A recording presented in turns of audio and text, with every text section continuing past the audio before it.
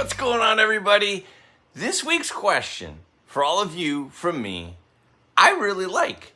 See, when we're at the start of a year and we're kind of trying to set some new habits and new routines, it's sort of a nice break where you can say, okay, what's going to be different from here forward, right?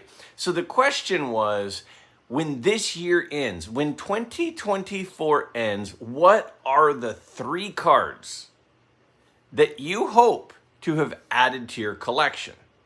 Now, we're a week into the year, so we probably haven't added any of those big 3 cards. And for some of us, it doesn't have to be a big card. It could just be some cards we've wanted for a while. You know, just because one person has a huge budget and another person has a small budget does not mean that the small budget is not a fun budget. It's still a fun budget.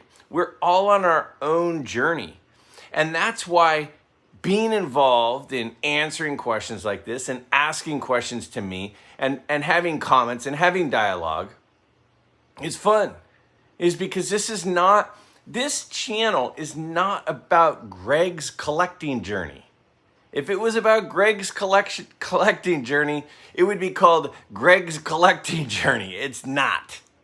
It's MidLife cards. And I would like to think that most of us are in the middle of our life. And we're not at the tail end. We're not at the beginning, probably. A lot of us, most of us, the overwhelming majority of us have quite a few years left. And this journey has just begun for a lot of us.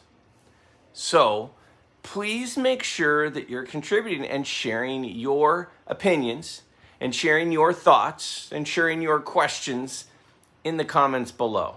Now, speaking of pickups, speaking of 2024 pickups, remember, I'm putting together a video of the communities. That's all of us. That's anybody watching this is part of the MidLife community. And I'm putting together a December pickups video. So I want everybody to take your favorite pickup or 2 and fill out the form. There's a link to the form to submit your selections in the comments below. And I'm sorry, it's in the descriptions below. You know what? I'll put it in the comments below and in the description below. But there will be a link in the comments and the description below. And just simply click on the link. It's going to take you to a form. It's going to ask you a few questions. It's going to ask you about your purchase. It's going to ask you about what it is. And then it's going to give you a spot to upload your favorite pickup or 2 from the month of December. And this is fun. We did it last month. It was a lot of fun to see all of the stuff that people picked up. And I can tell you there are some really cool pickups from December. I've kind of peeked in and looked, and there are some great ones. Now, let me also throw this out there.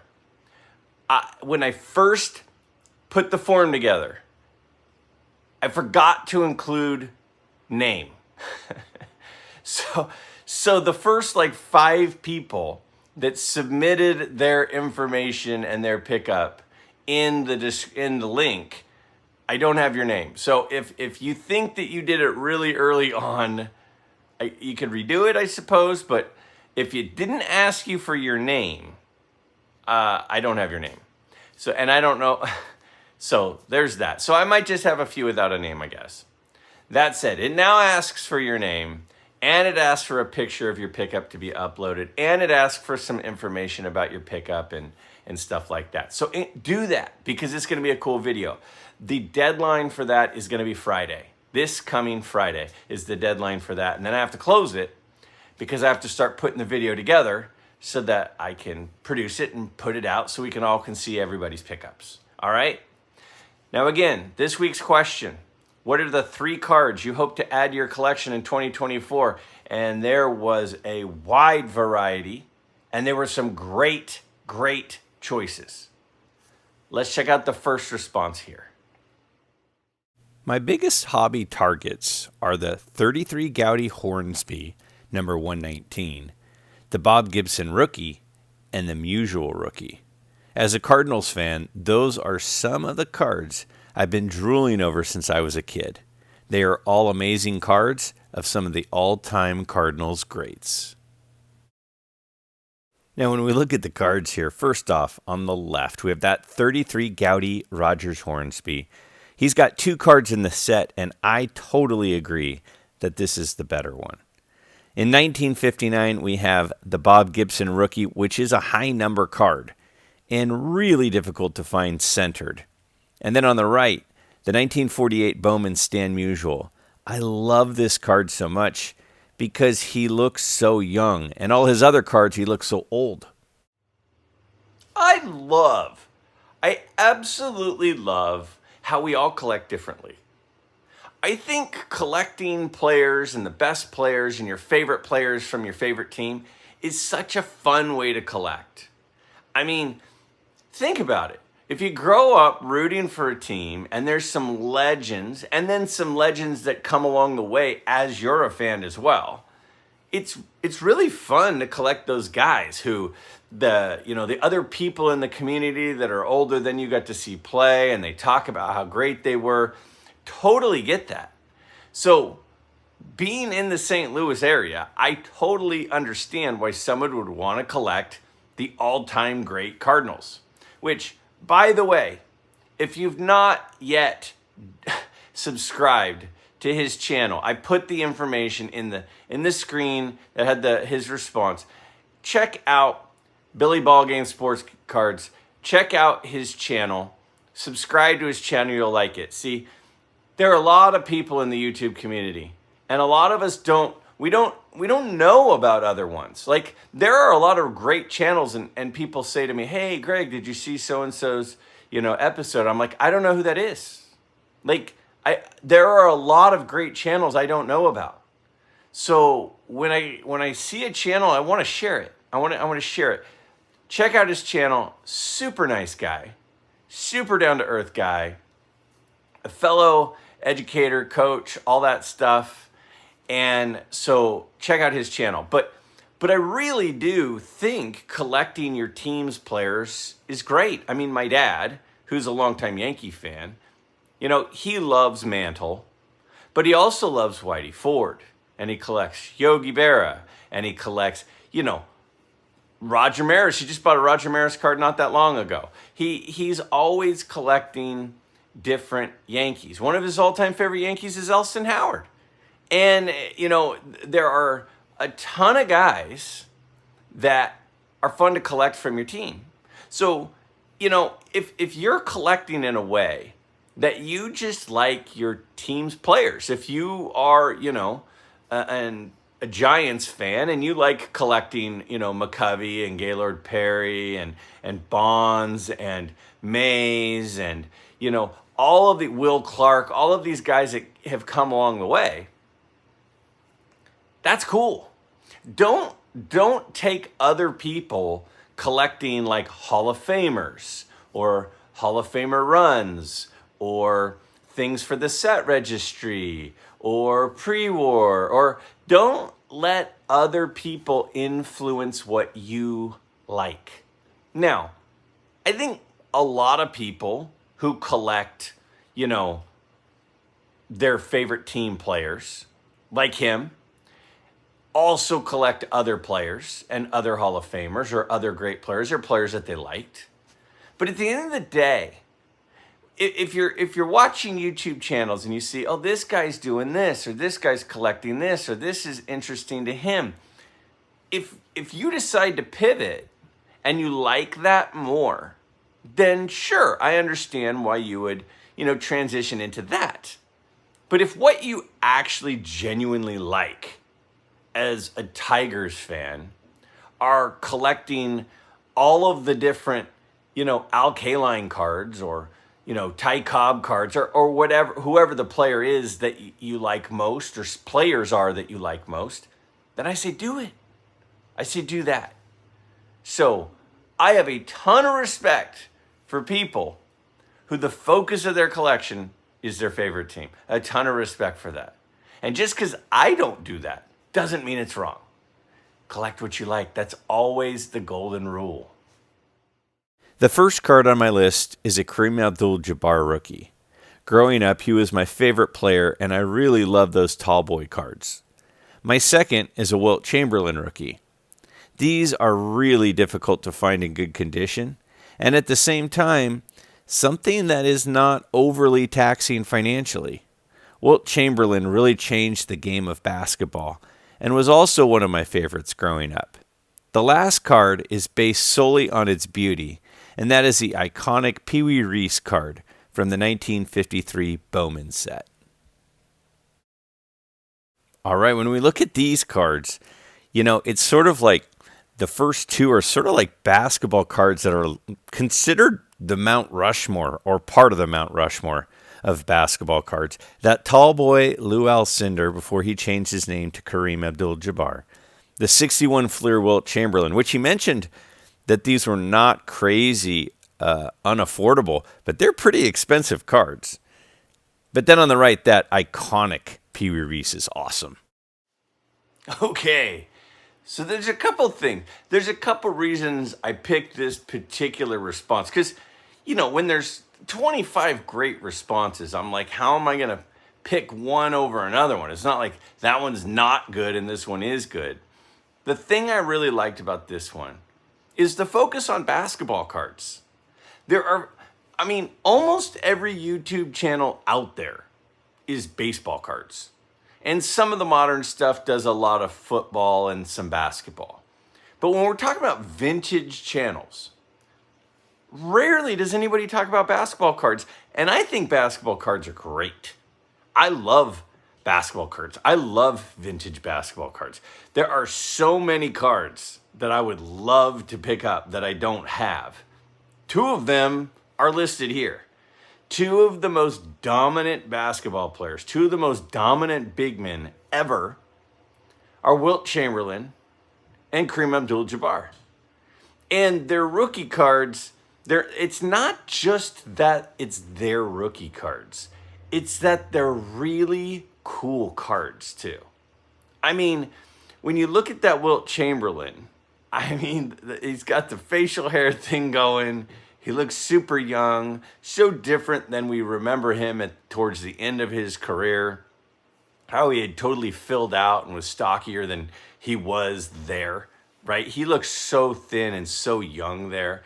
And absolutely dominant. When they start changing rules because of how dominating you are, that tells you something. Bob Gibson had that happen too.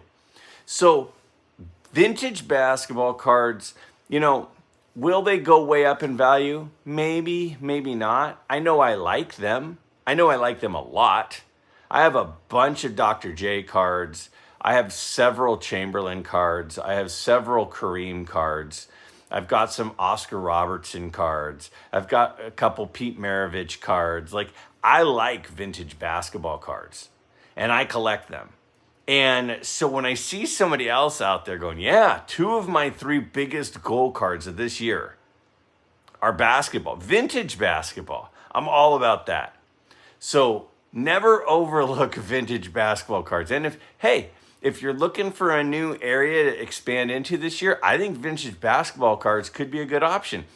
They are, comparatively speaking, when you compare the prices of, baseball to basketball, the prices are so much less in basketball. Now, the Kareem is not cheap, and the Wilt Chamberlain certainly is not cheap.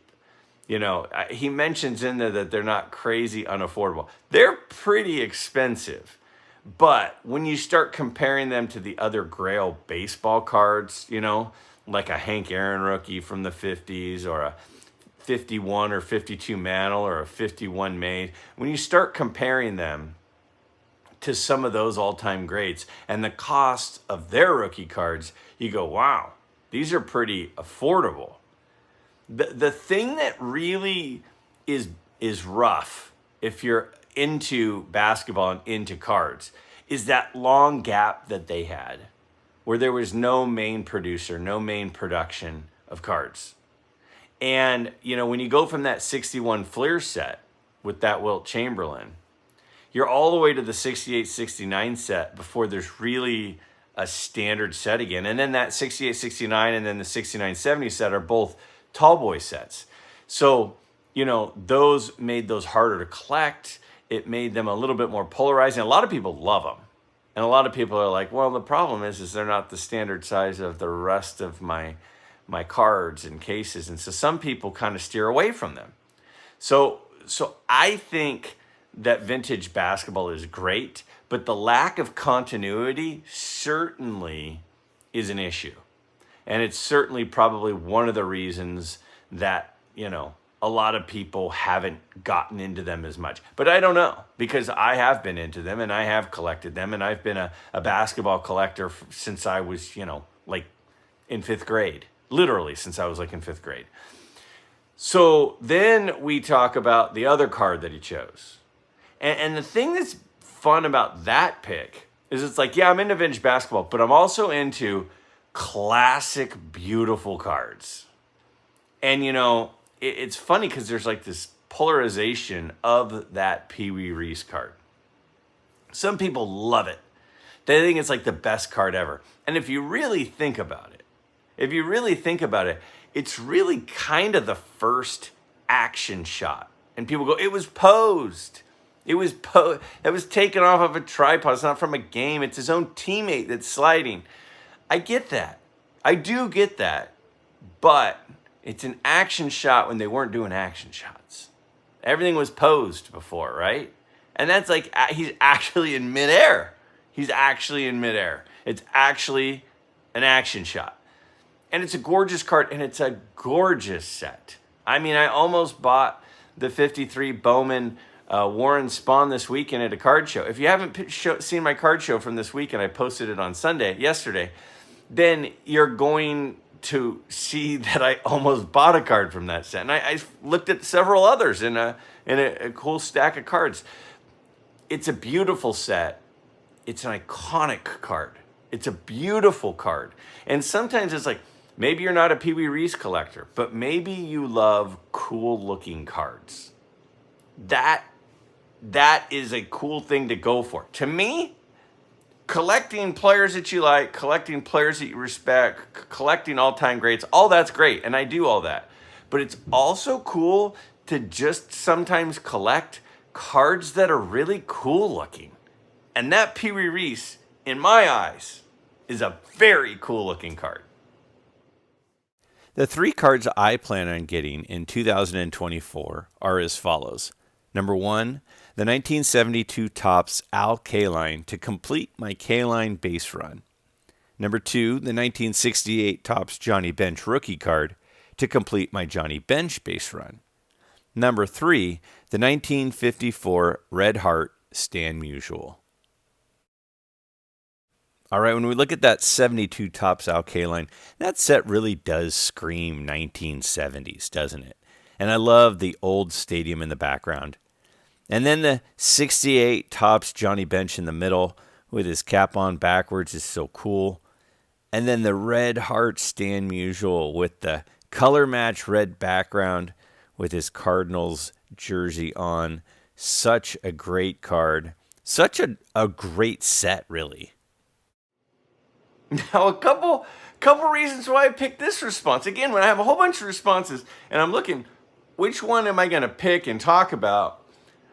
I picked this one because I think it's cool that a lot of people are into player runs. Like, when I was a kid, I used to go through the bargain boxes. Now, at the time, when I was a kid, when I was going to the big card shows in San Francisco, and we went to a big one in Anaheim too, when you go to the big shows, even though I was like 9, 10, 11, 12 years old when we started going to those, and I would go through the boxes, they'd have those, the 4 and 5, sectioned off boxes, and it would be by player. And there'd be the little card that sticks up. And sometimes you'll still see that at shows, but it's a lot less common. And I would go and I would look for any Clemens card I didn't have. It didn't matter if it was put out by a gas station, a cat food brand, pretzels, sunflowers. It didn't matter if it was a button or a coin or what it was. If I didn't have it, I'd buy it. And at the time, it wasn't the dollar value box or the $2 value box. It was the 25-cent box. So one of the things I would do is whenever there was a dealer who had that stuff, I'd go through those cards and find any of the ones that I didn't already have for a quarter a piece. And so I totally get and I totally respect the player run thing.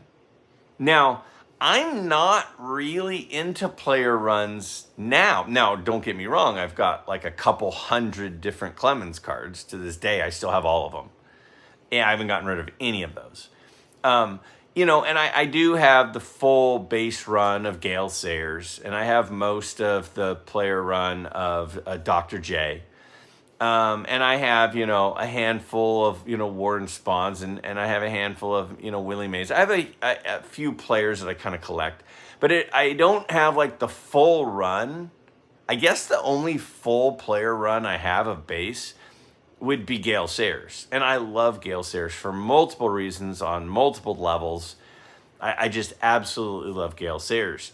And so I totally respect the people that are into that. And so one of the reasons I wanted to bring it up is if you are looking for a goal this year and you're like, hey, I'm looking for something to set as my goal and a focus, because I need focus. Because, one of the things that, I've talked a lot about with my friend Darren from Return to Collecting on the channel is how I struggle with focus. And he's like, yeah, me too. I struggle with focus, and I'll stay focused here, and then I'll go buy some stuff over here that I end up spending money on. It takes money away from this other stuff. I totally get that.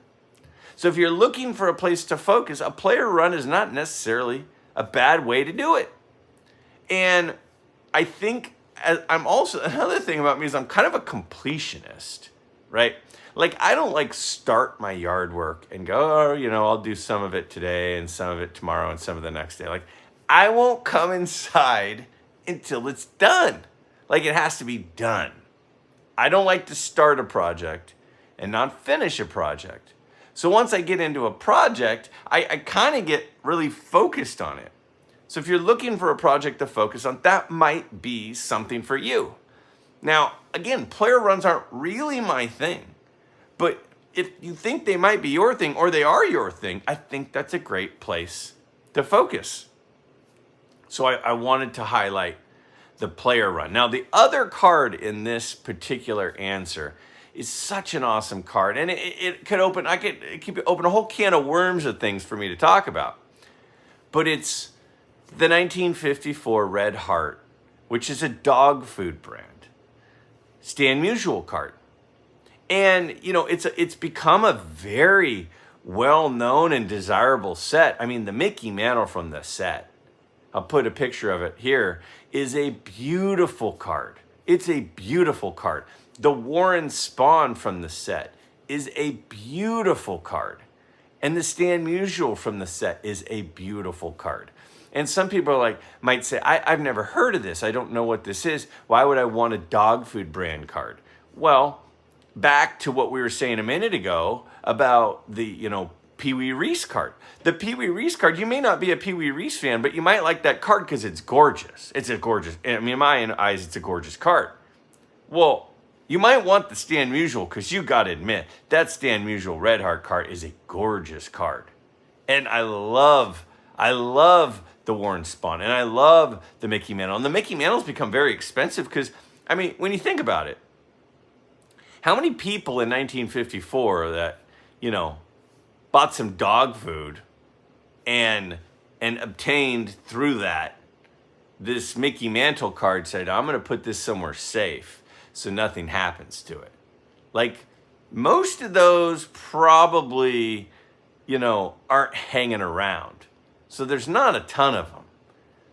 So, again, if it's a company that's not mass produced, if it's a lower population, but ultimately what it seems to come down to is people like cards that are fun to look at, and that Red Heart Stan Musial is a really good looking card, and as is the Mantle, and as is the Spawn, and there are others, but they're beautiful cards. And then you add in the rarity factor. And then you add in the people are trying to do not just the base player run, like we were just talking about, but like once people finish the base player run, they start to look at other things, other rarer copies of different things. And I mean, if you're a Stan Musial collector, that's a gorgeous card you got to have in your Stan Musial collection, don't you? Great picks. The player run thing, that might be a place to focus if you're lacking focus. And don't just focus on Topps and Bowman and Fleer. Be open to other cards of other brands that are beautiful cards of the players that you like. My 3 cards would be the 55 Hank Aaron, because it is the last one I need to complete the last of the Topps common cards of Hank Aaron's career. I want a Gouty Ruth, the one showing his full body with him swinging. That was on the Beckett price guide when I was a teenager. Lastly, I want a T206 Cobb. Those cards are iconic and extremely cool. So when we look at these, first up on the left, the 55 Hank Aaron, his second year card, and such a beautiful card. And then the 33 Gouty Babe Ruth. Now there are several 33 Gouty Babe Ruths, but this is the one with the full pose. All the other ones are much tighter shots, but this is a very cool one, no doubt about it. And then Ty Cobb also has several cards in the T206 set. He has 4. And this one I chose as the red background. We're talking about 3 of the best hitters of all time. Certainly all 3 of them would be on the top 10 list, right? So the list of players is fantastic. And then you look at the aesthetics of the cards. Now, it's interesting because I really like the 54 Topps Hank Aaron rookie card. But that 55 is sweet. That's a sweet looking card. Like, for me, it's my favorite of his cards as far as the looks go. No, wait, hold on a second. Let me think about this. The 58 Topps I like a lot. I like the 58 Topps a lot. But it's probably 58 Topps and then the 55 Topps. It's a beautiful card. And it's the second card of Hank Aaron. And Hank Aaron's rookie card is crazy expensive. So a lot of us want to have a really cool Hank Aaron card, an early Hank Aaron card. But the 54 Topps Hank Aaron is just out of our price range. I wouldn't blame anyone if they said, I'm going to go with the second year, the 55 instead, because it's beautiful. And don't get me wrong, the 54 Topps rookie is beautiful as well. But I just really, really like the looks of the 55 set. I also like the 56 set, but some of those cards in the 54 set, I like a lot because the color in the background being not as busy, because that's the thing about the 56 set, is the action shot in the background is a little bit busier, and I think sometimes it pulls away from the portrait picture in the card. But having the simple background like the 55 set has, I feel like the focus is on the player. Like all of the focus is on the player. And that's one of the reasons I like it so much. I love it. I love the 55 and 56 set. But I really like the 55 set and that Aaron. Now, when we talk about the Gouty set, and when we talk about the T206 set, and some of those older sets, a lot of those had multiple cards of the big name famous players. Like when you look at the T206 set, a lot of those guys, Walter Johnson had a couple of cards. Cy Young had multiple cards. Ty Cobb had 4 cards. A lot of the big names, the top players, had multiple cards because they want to distribute the players that people want, because then they're going to be more likely to buy the product that they're inserted into. And so it makes sense that they would do that. And then in 33 Gouty, they have that as well. And there are several sets that do this. But the 33 Gouty, there's a lot of guys who have multiple sets, multiple cards in that set. Earlier we talked about the Rogers Hornsby. Rogers Hornsby has 2 cards in that set. Babe Ruth has multiple cards in that set. There's a lot of guys that have multiple sets. Mel Ott has a couple of cards in that set. Carl Hubble has a couple of cards in that set. There's a lot of guys in the 33 Gaudy set that have multiple cards. So for some people, it's like, which one of those cards do they want? And when you look at all of the Babe Ruth cards, the one that's the most unique from the others is the one that's mentioned here, because it shows his full body, his full swing, his full everything. The other ones are cropped in tighter. They're his upper body. They're like chest up, waist up. And because of that, some people would rather have the tighter one because you see Babe Ruth better. But I totally understand liking this one the best. In fact, of the 33 Gaudy Ruths, that's my favorite one as well. I think it's a beautiful choice. And then the Ty Cobb, he didn't specify which Ty Cobb, because Ty Cobb has 4 cards in the T206 set. He's got a couple of portrait cards, and then he's got a couple of action cards. And so I don't know which one he's preferring. He's just saying, I just want a Ty Cobb T206. And I mean, when you think about it, when you really think about it, if you go, if you have some friends over, you're having a dinner party, and you say, yeah, I collect vintage sports cards. And they go, oh, cool. And you say, hey, they say, well, do you have, like this card or this? Like, I would think that they might say, do you have any Mickey Mantles? Do you have any Babe Ruths?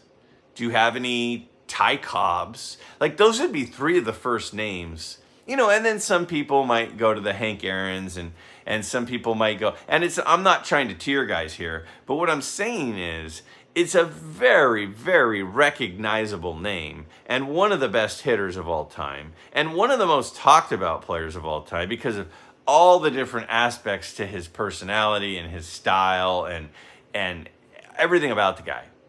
So, yeah, I think that wanting a Ty Cobb ultimately to be a piece of your collection, I totally get it. I'm the same. I want one too. And quite frankly, I would take any of the Ty Cobb T206 cards.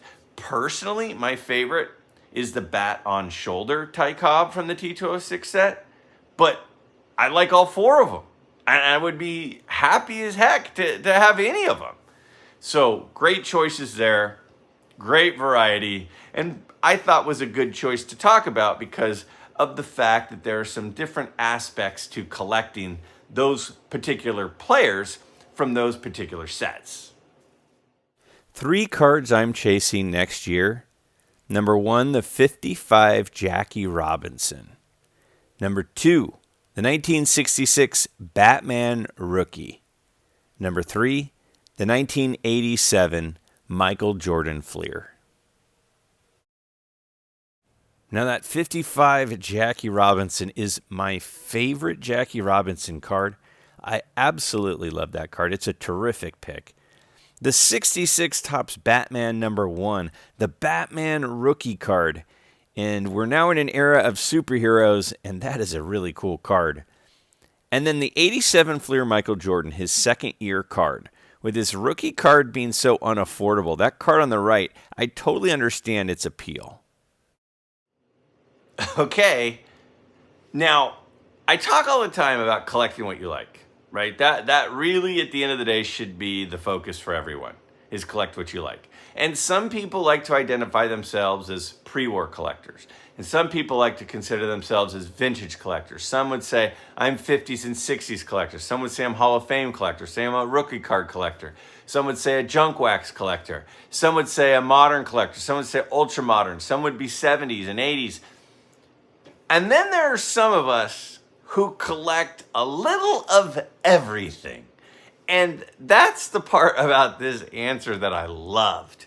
It's like, I don't know if you could put together a more diverse collection of 3 different cards that you wanted to collect this year. First you go, I want a card from the 50s. I want Jackie Robinson. Now, that's my favorite Jackie Robinson card. I absolutely love the 55 Topps Jackie Robinson. And I've been saying for a long time, I need a Jackie Robinson card in my collection. And when I did my goals video for this year, of all the different cards that I'm targeting, that was one of the cards that I mentioned is the 55 Topps Jackie Robinson. So I completely understand why somebody would want that card. Trust me, I understand it. But then, the next card is the Batman rookie card. I mean, we go from Jackie Robinson as the first pick to Batman, the Batman rookie card. Now, again, I totally get it because I want the Batman rookie card too. I want the 1966 Batman #1 card. I want that card. And it's interesting because, with all of the huge increase of all of the, superhero movies and superhero stuff and the new cards, the TCG cards and the different things on superheroes, like superheroes have come roaring back. There's a huge demand for superhero stuff. And a lot of people would say, well, Batman is like one of the coolest superheroes. That's what some people would say. And wanting his rookie card, which is also a vintage card, is totally understandable. Now, I mentioned this particular card not all that long ago because what I was doing is I was talking about guys who kind of played in the shadow of all-time greats. Like one of the reasons I don't think that Eddie Matthews gets a lot of love is because he played in the same lineup as Hank Aaron, right? And, and there were several guys. Willie McCovey, I don't think it's the love he deserves because he was in the same lineup as Willie Mays. So, and I was talking about how there's this Batman and Robin syndrome and how Batman is like the guy and then Robin gets overlooked. And then I started talking about how much I like Robin. And then one of you sent me a Robin rookie card, which was awesome. I love it. I absolutely love it. And I totally get wanting the Batman card. So we go from Jackie Robinson to Batman. Love it. And then we go forward 20 years, more than 20 years, and then we switch to a different thing, which is now basketball cards. And we want the second year Jordan. And I'm like, I totally understand why someone would want a second year Jordan. Now, by the way, I don't know what grade you're looking for, but my buddy Scott at a card show on Saturday. I was at a card show on Saturday. I told you guys that. I did a video on it, posted yesterday, right? At that show, I was sitting there hanging out with my buddy Scott, and he actually bought from somebody who came up and was selling stuff. He bought a second-year Jordan in a 9. So if you're interested in a 9, I know somebody who has a really nice 9 that he didn't buy it to keep it. He bought it to sell it. It was part of a bulk deal. So reach out to me, email me if you're interested. I can put you in contact, but I know that a 9 is pretty expensive. That said, I love the fact that we went from Jackie Robinson in the 50s to Batman in the 60s to Michael Jordan in the 80s. It's like the diversity in that collection that you have is awesome. And so I think it's just an opportunity to remind everybody. Remember, don't pigeonhole yourself. Don't think, oh, well, I'm a pre-war collector, so I can't buy, any Joe Montana cards. Or I'm a baseball collector, so I can't buy any Lionel Messi cards. Like, no, you buy what you want. Your collection can be as diverse as you want it to be. So if that's what you like, buy it. I love the diversity of those 3 cards. Couldn't have been 3 more different cards than the 3 that were picked, and I loved it. So for next week, I'm going to do something a little bit different, and I'm really excited for it. I've had a lot of people recently ask me in my Q&A videos, hey, will you ask your dad this? I have a question, maybe your dad can answer this. And I've had my dad on a handful of videos before. And on those handful of videos, we've talked about a whole sorts of different things. We've talked about his collection. We've shown some of his collection. You've seen him at card shows with me. You've seen pickups he's made at card shows. There was the big box, a shoebox full of vintage cards that he bought at an estate sale that we did. So my question for you this week is, for next week, I'm going to take 5 of your questions for my dad, and I'm going to ask them to my dad. So this week's question is, what do you want me to ask my dad if I ask him 5 questions? So everybody submit 1 question that you want me to ask my dad. So what is your question you'd want me to ask my dad, who's been a vintage collector for over 35 years? He's had a 59 complete set and a 60 complete set that was a PSA 8.0 average set. He's had all sorts of crazy cards, including a Mickey Mantle PSA 9 from 1960. PSA 9 from 1960. I think he had a 1960 PSA 9 Willie McCovey. He's had a 58 Mantle in an 8. He's had a 59 Mantle, I believe, in an 8. He's had some big cards. So, what question do you want me to ask my dad, who's been a vintage collector for the past 35 years? I look forward to hearing what you want to hear him answer. And what I'll do is, for next week's video, I'll share those questions with him. I'll pick 5. I'll share those questions with my dad. I'll record him answering them, and I'll bring them to you here next week. I look forward to it, and I look forward to hearing what you want to hear from him.